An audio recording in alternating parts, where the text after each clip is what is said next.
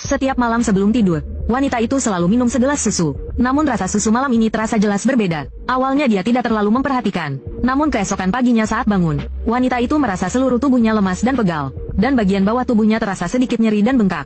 Yang lebih aneh lagi, kancing pertama baju tidurnya yang biasanya tidak pernah dikancing, tiba-tiba malah terkancing dengan sendirinya. Wanita itu langsung sadar, malam tadi kemungkinan besar dia telah dilecehkan. Maka hal pertama yang dia lakukan, dia langsung memberitahu kakaknya yang seorang dokter. Melalui pemeriksaan ditemukan bahwa dia memang benar-benar telah dilecehkan. Dan itu bukan hanya sekali. Atas bujukan kakaknya, wanita itu awalnya ingin melapor ke polisi. Namun saat tiba di kantor polisi, tiba-tiba dia merasa takut. Karena begitu kasusnya diselidiki, dia akan mendapat tatapan berbeda dari orang-orang. Lebih baik kita pulang saja. Meskipun wanita itu tidak melapor ke polisi, tapi dia tidak berniat untuk terus diam. Maka dia dan kakaknya mulai diam-diam mengumpulkan petunjuk. Namun selain sapu tangan edisi terbatas di ambang jendela, dan jendela yang terbuka keluar, tidak ditemukan hal lainnya. Akhirnya wanita itu harus sementara menyerah. Demi keamanan adiknya, sejak saat itu, sang kakak membeli bahan makanan sendiri setiap hari, dan merawat kehidupan sehari-hari adiknya. Namun pada hari itu, sang kakak tiba-tiba melihat bayangan mencurigakan dari pantulan jendela. Dia melihat seseorang yang mencurigakan. Dan orang ini ternyata sudah beberapa kali muncul dengan perilaku membuntuti. Kemarin, setelah wanita itu keluar dari restoran, pria itu berpura-pura lewat secara kebetulan. Dan adegan itu kebetulan terlihat oleh sang kakak. Jelas perilaku pria itu membuat kakaknya curiga. Lalu ia mengutarakan kecurigaannya kepada wanita itu. Namun wanita itu merasa itu tidak mungkin. Namanya Wu Jun. Dia bertanggung jawab atas analisis data di kantor. Apa dia menyukaimu? Dia bahkan tidak berani bicara padaku. Bagaimana mungkin dia melakukan hal seperti itu? Ternyata Wu Jun diam-diam telah menaruh hati pada wanita itu. Namun karena sifatnya yang pendiam, selama 4 tahun dia tidak pernah menyatakan perasaannya. Hanya diam-diam memperhatikan semua tentang dirinya. Namun, setelah wanita itu mengalami kejadian itu, dia mengambil cuti sakit selama setengah bulan. Wu Jun yang selama ini menyukainya. Wu Jun langsung merasa ada yang hilang. Saat wanita itu kembali bekerja, dia mendengar bahwa wanita itu ingin pindah rumah karena masalah Feng Shui. Namun berdasarkan pemahaman Wu Jun terhadapnya, pasti ada sesuatu yang tidak beres di balik itu. Demi mencari tahu kebenarannya, Wu Jun pun memiliki motif untuk beberapa kali membuntutinya. Mendengar hal itu, sang kakak tidak ingin melewatkan satupun petunjuk. Cari kesempatan, ambil puntung rokok yang dia buang dan berikan padaku. Jangan pakai tangan, siapkan dulu pinset dan kantong plastik kedap udara. Meskipun wanita itu enggan percaya, tapi demi mencari kebenaran, dia akhirnya memutuskan untuk mengikuti arahan kakaknya. Namun setiap kali dia mencoba mengambil puntung rokok itu, selalu terlambat selangkah. Karena tidak ada pilihan lain, wanita itu terpaksa mencari alasan untuk mengajak Wu Jun makan bersama. Karena dia tahu kebanyakan pria punya kebiasaan, yaitu merokok sebatang setelah makan. Nikmatnya seperti hidup di surga. Setelah selesai makan, wanita itu melihat Wu Jun tampaknya mulai ingin merokok. Lalu dia pun segera berkata, "Kalau kamu mau merokok, silakan saja.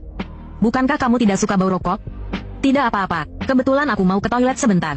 Dengan begitu, wanita itu berhasil mengambil sampel. Namun hasil uji laboratorium menunjukkan bahwa Wu Jun bukan pelakunya. Gimana? Bukan dia. Wanita itu langsung merasa lega. Mungkin sejak awal dia memang tidak ingin mempercayainya. Karena Wu Jun dikenal sebagai pria baik hati di kantor. Untuk menyatakan permintaan maaf, wanita itu memutuskan untuk mengajaknya makan lagi. Namun tak disangka, Wu Jun mengucapkan satu kalimat yang membuatnya terkejut. "Apa kamu mengalami sesuatu yang buruk?" Mendengar kata-kata itu, wanita itu langsung merasa panik secara refleks. Dan segera bangkit meninggalkan restoran. Namun setelah tenang, wanita itu kembali merasa curiga. Karena dalam kejadian ini, selain kakaknya sendiri, hanya pelaku yang tahu. Lalu bagaimana Wu Jun bisa mengetahuinya? Untuk mencari tahu kebenarannya, dia kembali mengajak Wu Jun untuk bertemu. "Kemarin kamu bilang itu. Maksudmu apa? Bagaimana kamu tahu tentang apa yang kualami? Jangan-jangan kamu yang melakukannya?" Tapi ternyata dia kembali salah paham terhadap Wu Jun. Ternyata meskipun Wu Jun pendiam, tapi pikirannya sangat jernih dan tajam. Melalui berbagai petunjuk kecil, dia bisa menebak bahwa wanita itu sedang menyembunyikan sesuatu. Wanita yang biasanya tidak pernah menghubunginya, tiba-tiba menawarkan diri menemaninya ke dealer mobil 4S. Lalu setiap kali dia merokok, wanita itu selalu berada di pantry di dekatnya. Hingga saat makan bersama untuk pertama kalinya, wanita itu malah menyuruhnya merokok. Saat itu Wu Jun baru yakin dengan pikirannya. Dan puntung rokok itu pun sengaja dia tinggalkan. Dari semua hal tersebut, Wu Jun pun menebak, dia pasti sedang mengalami sesuatu yang sulit untuk diungkapkan. Tapi secara spesifiknya, tidak bisa diketahui. Apapun yang telah terjadi padamu, pandanganku terhadapmu tidak akan berubah. Mendengar ketulusan Wu Jun, wanita itu tak bisa menahan diri lagi. Lalu ia pun menceritakan semua yang terjadi padanya. Setelah mengetahui apa yang dialami wanita yang ia cintai, Wu Jun langsung menyatakan ingin membantunya mencari pelaku. Keesokan harinya mereka pergi bersama ke kompleks perumahan untuk memeriksa. Berdasarkan petunjuk yang ada sebelumnya, wanita itu curiga pelaku mungkin masuk melalui jendela.